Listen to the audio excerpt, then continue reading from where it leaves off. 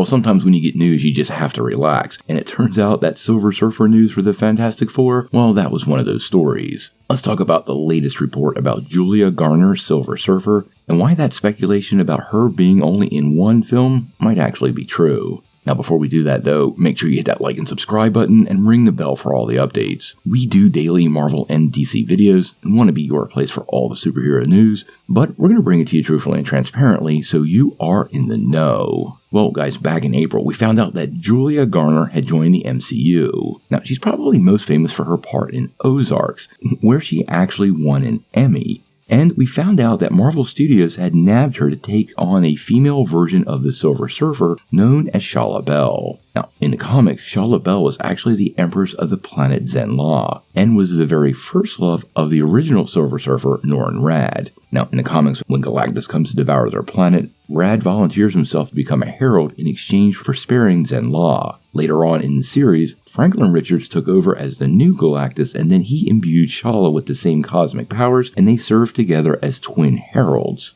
Now, many people were wondering how her or multiple versions of the Silver Surfer were going to fit into the MCU, and quite honestly, it seems like Kevin Feige has given us a couple of clues and led us to today's report. Now, this news is coming from the Cosmic Circus's Alex Perez, and like we always like to say, it's not Marvel Studios or Kevin Feige, so we want to take it with a grain of salt. But what they're reporting is that Garner will most likely be a one-and-done character, and won't reprise the role in the future of the MCU post-Fantastic Four. Now, quite honestly, guys, this is what we've been speculating all along, that the character would be part of this alternate reality version and not a bigger part of the MCU. Now, recently, Kevin Feige flat out confirmed on the Marvel podcast that it would indeed be set in an alternate universe. So if you're paying attention, this isn't a very big surprise, and once again indicates that Marvel's first family will be variants from some other part of the multiverse and will somehow find their way into the main MCU. Since we've had things like Incursion seeded into the storyline going back through Phase 5, well, that's exactly the kind of Fantastic Four story many people are expecting.